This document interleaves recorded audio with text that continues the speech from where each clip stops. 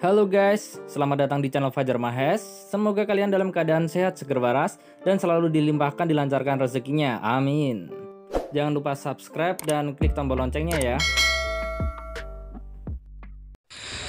Oke, assalamualaikum warahmatullahi wabarakatuh. Jumpa lagi di channelnya Fajar Mahes. Di video kali ini saya akan menjelaskan apa penyebab yang bisa menimbulkan kebakaran dari pasang lampu aksesoris. Oke, sudah jelas ya. Kalau lampu aksesoris itu tergantung selera masing-masing. Kadang ada orang yang suka wattnya kecil, ada juga yang suka wattnya besar. Tentu saja besaran watt itu mempengaruhi outputnya ya, terang atau tidaknya.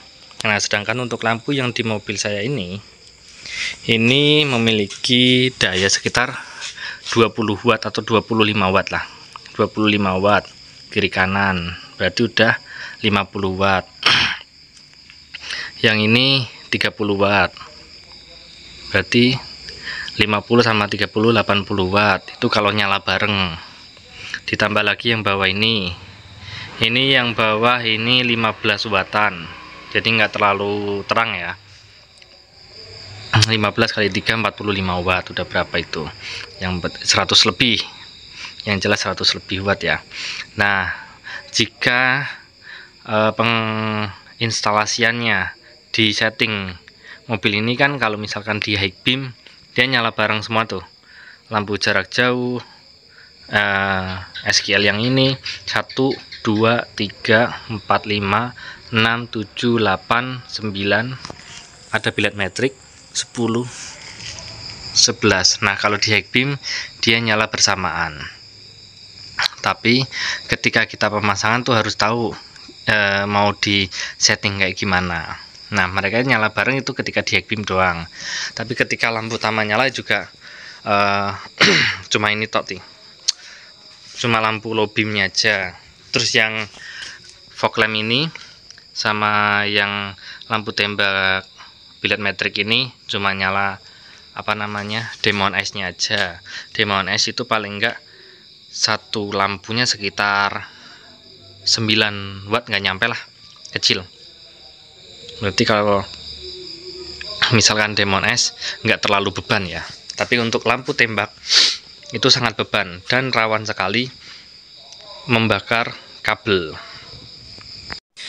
Pada kasus yang biasa terjadi, kenapa mobil sering terbakar akibat pemasangan lampu aksesoris. Nah, itu pemasangannya itu ada kesalahan, dan dari usernya pun ada kesalahan ketika menggunakan lampu tembak.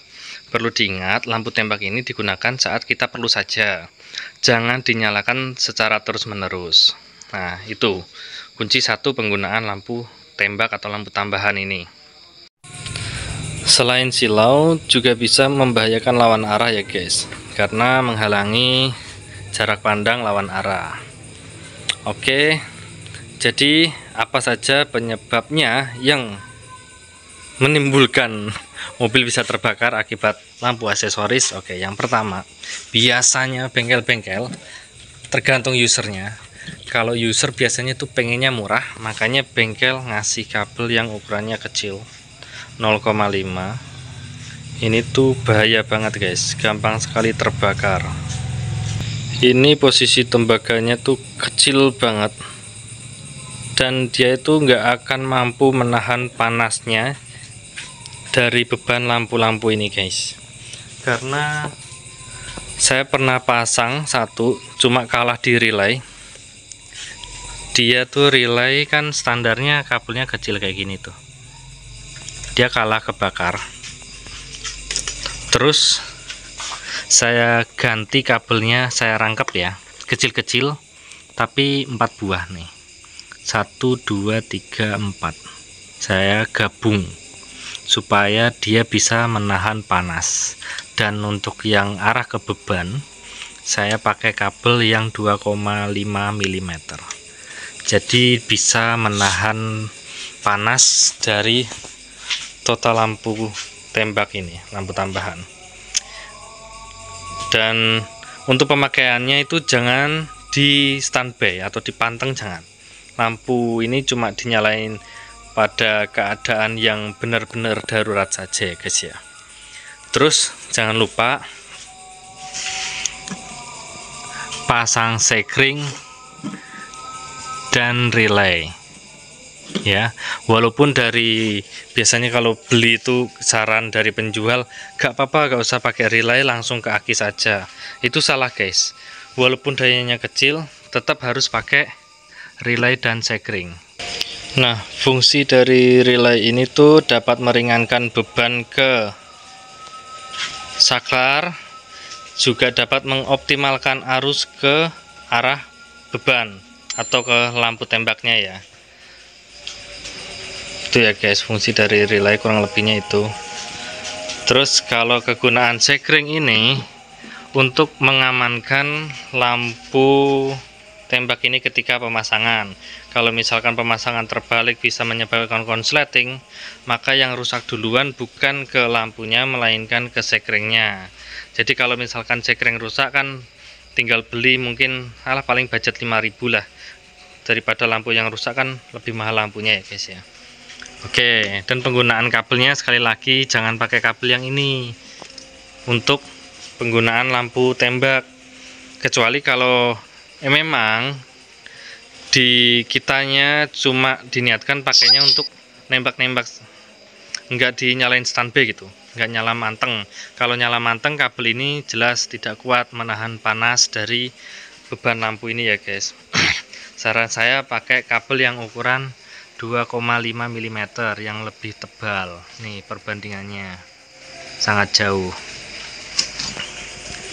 Oke, jadi kita sekilas review untuk instalasi mobil ini ya, pemasangannya kayak gimana yang aku jelasin kayak tadi. Nah, untuk lampu utama, lampu low beamnya saya cuma pasang di lampu utamanya, headlamp ya, sama demon ice. Jadi bebannya nggak terlalu berat. Kalau biasanya orang sekarang tuh masang headlamp nyala, fog lamp nyala, nah itu bebannya juga berat. Dan lagi fungsi dari lampu SGL ini kan tidak nyala saat posisi low beam, tapi saya setting dia akan nyala kalau ketika saya nyalakan high beam atau lampu jauh. Nah, kalau posisi lampu jarak jauh dia akan menyala semua untuk lampu tembak SGL nya, kecuali lampu halogen yang bawah, karena bebannya sudah terlalu berat ya. Lampu halogen satunya itu 50 watt, kalau nyala bareng 2 jadi 100 watt. Ini saja sudah 100 watt lebih untuk lampu tambahan ini. Oke, untuk keawetan produknya jangan terlalu sering atau terlalu lama mantengin lampu jarak jauhnya, itu ya guys. Terus untuk yang lampu halogen ini sering dipanteng ketika posisi melewati jalan yang benar-benar gelap tanpa adanya PJU, karena di daerah saya ini masih daerah yang hutan guys ya, jadi jarang banget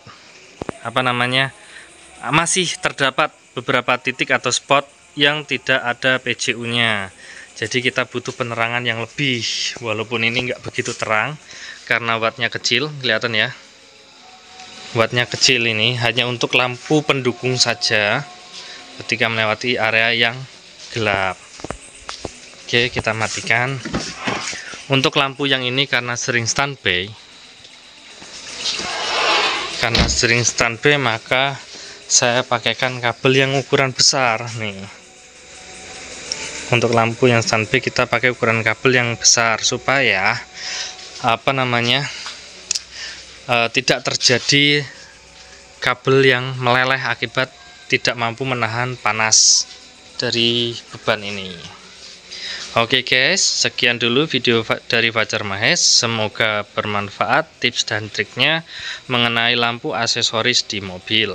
Jika kalian suka, like video ini, dan jangan lupa tinggalkan kesan untuk memberikan masukan untuk channel ini dengan cara komentar yang positif di kolom komentar, dan jangan lupa juga subscribe channel Fajar Mahes agar selalu semangat membuat konten mengenai lampu aksesoris pada mobil atau motor.